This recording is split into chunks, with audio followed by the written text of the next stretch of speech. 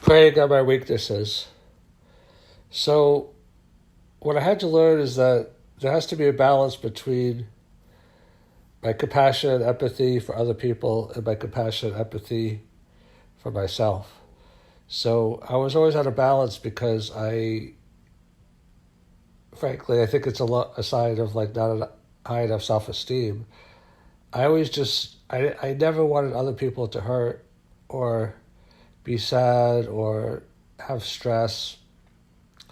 And I think that's what all kind of caretakers do. Like I've always been not so much a physical caretaker, but an emotional caretaker, like kind of like take the burden off people, take the stress off people, take it onto my own shoulders, and having a lot of guilt if I didn't do that 100%. And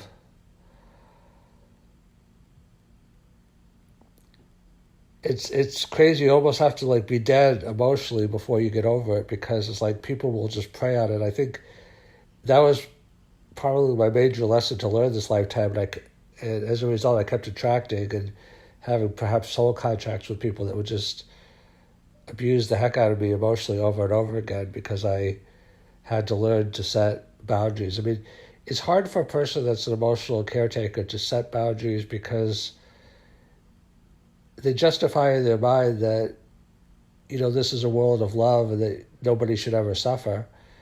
And you expect, just through like the idea of reciprocity, that if you take care of other people emotionally, they'll take care of you emotionally. And that's true to a degree, but what happens is we also live in a world of, narcissism and not everybody, frankly, I don't mean this to sound egotistical, not everybody was at my level of unselfishness. Like most people just be like, yeah, you want to give me this, you want to give me that, I'll take it.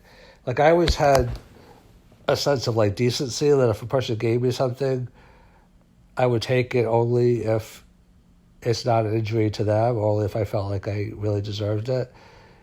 And I was very like conservative about that. A lot of people don't, unfortunately, I mean, maybe this is wrong, but I really believe it. A lot of people don't have a sense of fair play. It's kind of like they take things that don't really belong to them. And what do I mean by that? Like in life, God or life or the universe gives us, a portion. Like we each have our own house, we each have our own, whether we own a house or live in a house or wherever we live. I mean, some people are homeless, but everybody sleeps someplace and everybody has a certain amount of food and a certain amount of things, and a certain amount of friends and a certain amount of colleagues and family. And that's our portion of life. And some people try to intrude and take things that don't belong to them, meaning that some people, like even in a family, try to take liberties to take over relationships that belong to somebody else. And it's kind of a sense of like, sometimes it's because the person doesn't believe in God, they just believe in themselves and they believe that they can do whatever they want.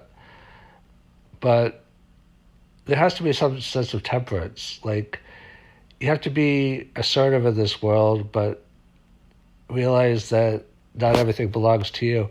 I mean, that's why I think like Democrats and Republicans, for example, they just keep fighting each other. Like whichever is in power feels like now I'm in power, I could take, liberties, I could take everything. They don't really respect. I was going to say respect your opponents, but if you consider people your opponents, then it's like you're not even respect them together.